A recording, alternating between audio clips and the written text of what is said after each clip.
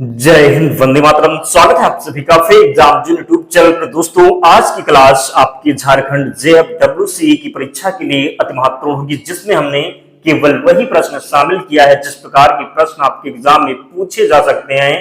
तो आपको सेशन में अंत तक बने रहना है कि प्रश्न को पूरे ध्यान से देखना है। मैं आपको विश्वास दिलाता हूं, निश्चित ही प्रश्न आपके एग्जाम में यहां से देखने को मिलेंगे। तो चलिए सेशन को प्रारंभ करते हैं और पहला शानदार प्रश्न देखते हैं। भारत में सर्वाधिक वर्षा वाला स्थान मानिसराम किस राज्य में है? तो मानिसराम की जब बात होगी तो मानिसराम मेघालय में स्थित है, ध्यान रखिएगा। अगला है, भारत के किस राज्य में मानसून का आगमन सबसे पहले होता है? तो केरल में मानसून का आगमन सबसे पहले होता है। अगला प्रश्न है, किस ग्रह के चारों ओर अस्पष्ट वलय हैं? तो शनि ग्रह के चारों ओर अस्पष्ट वलय हैं। अगला है, पाक स्टेट किन देशों को जोड़ता है? तो भारत और श्रीलंका को पाक स्टेट जोड़ता है, ध्यान रखना है। भूकंप तथा इससे संबंधित परिघटनाओं का वैज्ञानिक अध्ययन किस नाम से जाना जाता है? तो सिस्मोलॉजी इसका राइट आंसर हो जाएगा क्या?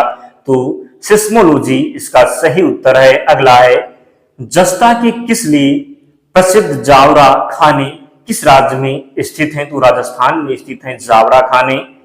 लैटिन अमेरिका का औद्योगिक दृष्टि से सर्वाधिक विकसित देश कौन सा है? तो अर्जेंटीना हो जाएगा क्या? तो अर्जेंटीना इसका राइट आंसर हो जाएगा। बांदीपुर अभ्यारण्य किस राज्य में है? तो कर्नाटक में। कहां पर?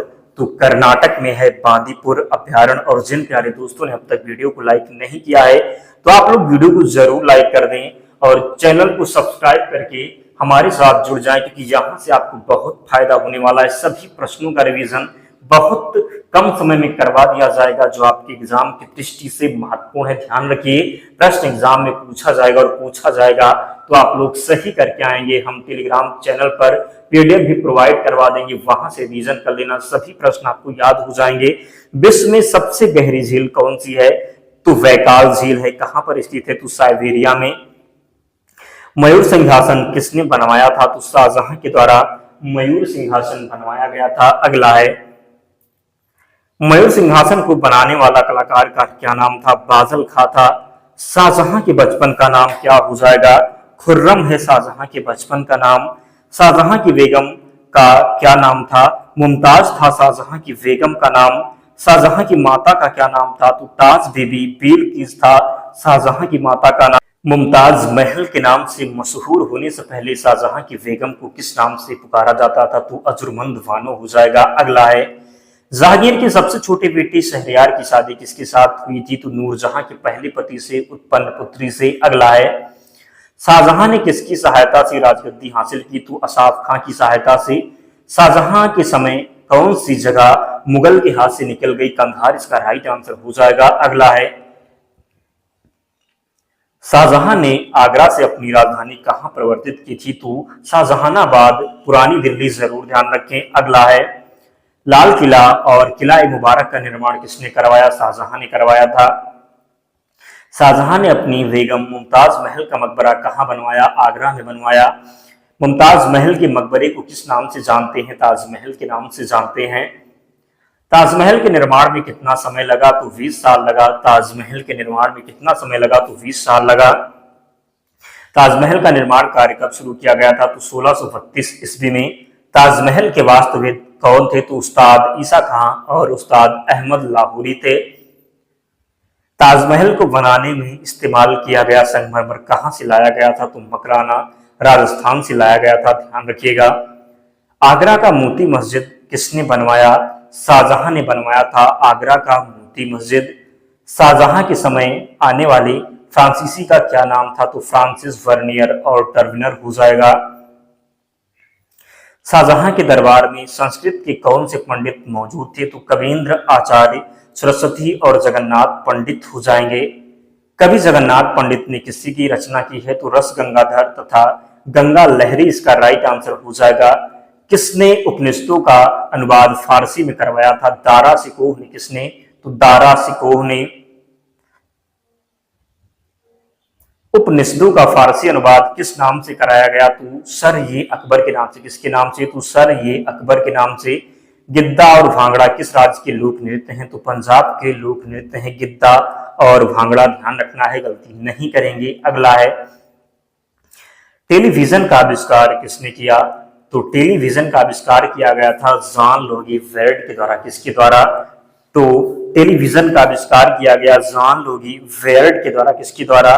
तो टेलीविजन का आविष्कार जॉन लुई वेर्ड के द्वारा। अगला है, किस विटामिन की कमी से खून का रुकाव बंद नहीं होता है? तो विटामिन के इसका राइट आंसर हो जाएगा। किस विटामिन की कमी से खून का रुकाव बंद नहीं होता है?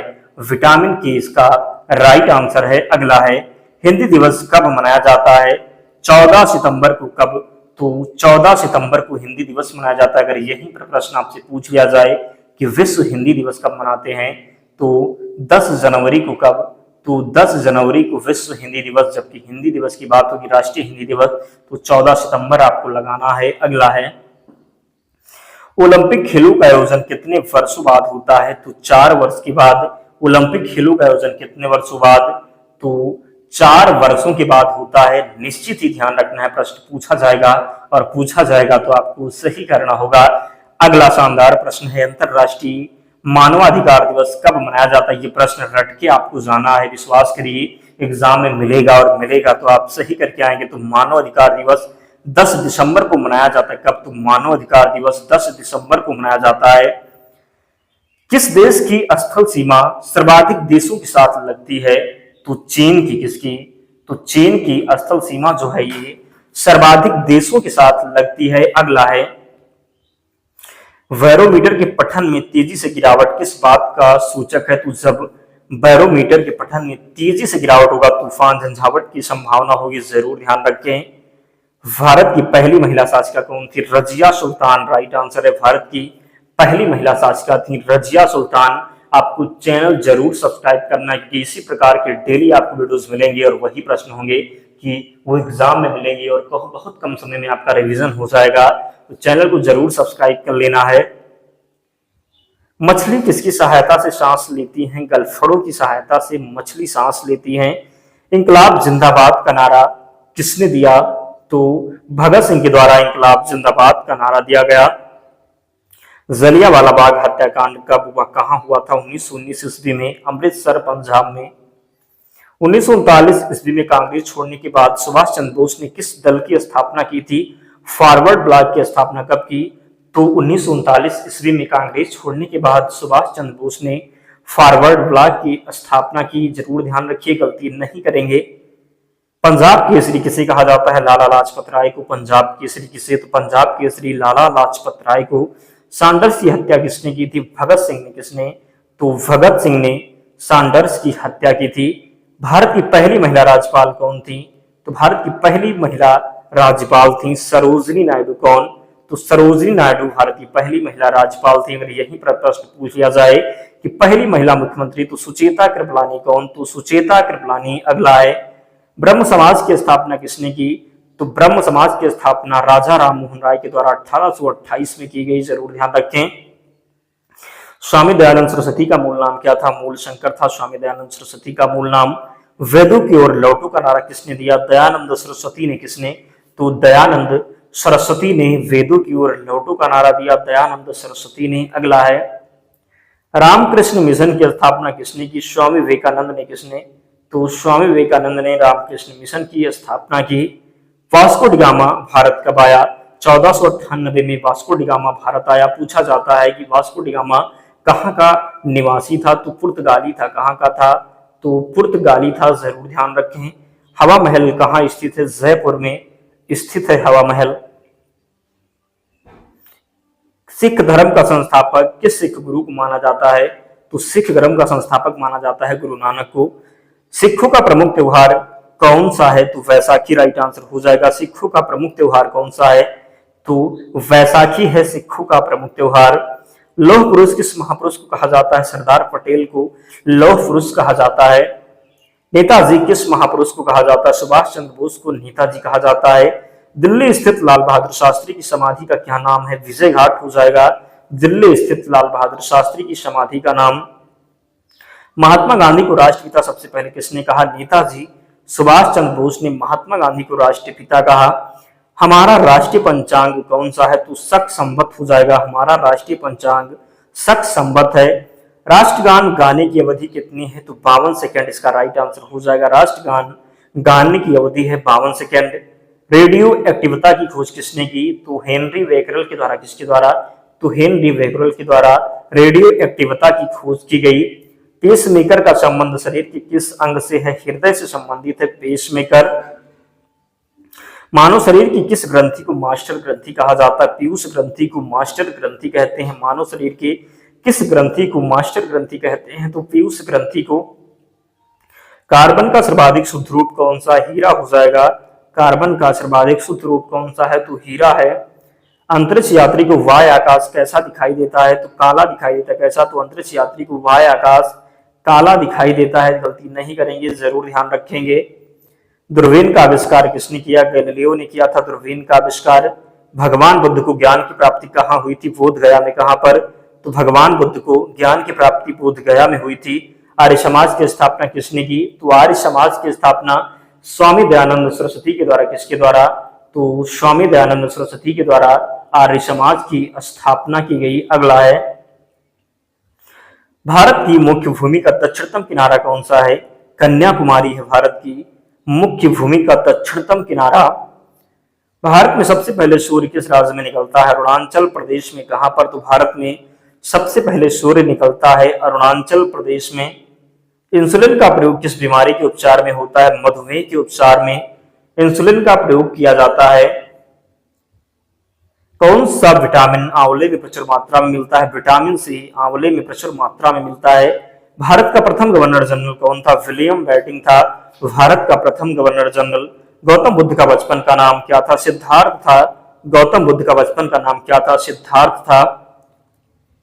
भारत में सशस्त्र बलों का सर्वोच्च सेनापति कौन होता है? राष्ट्रपति होता है भारत में सशस्त्र बलों का सर्वोच्च सेनापति।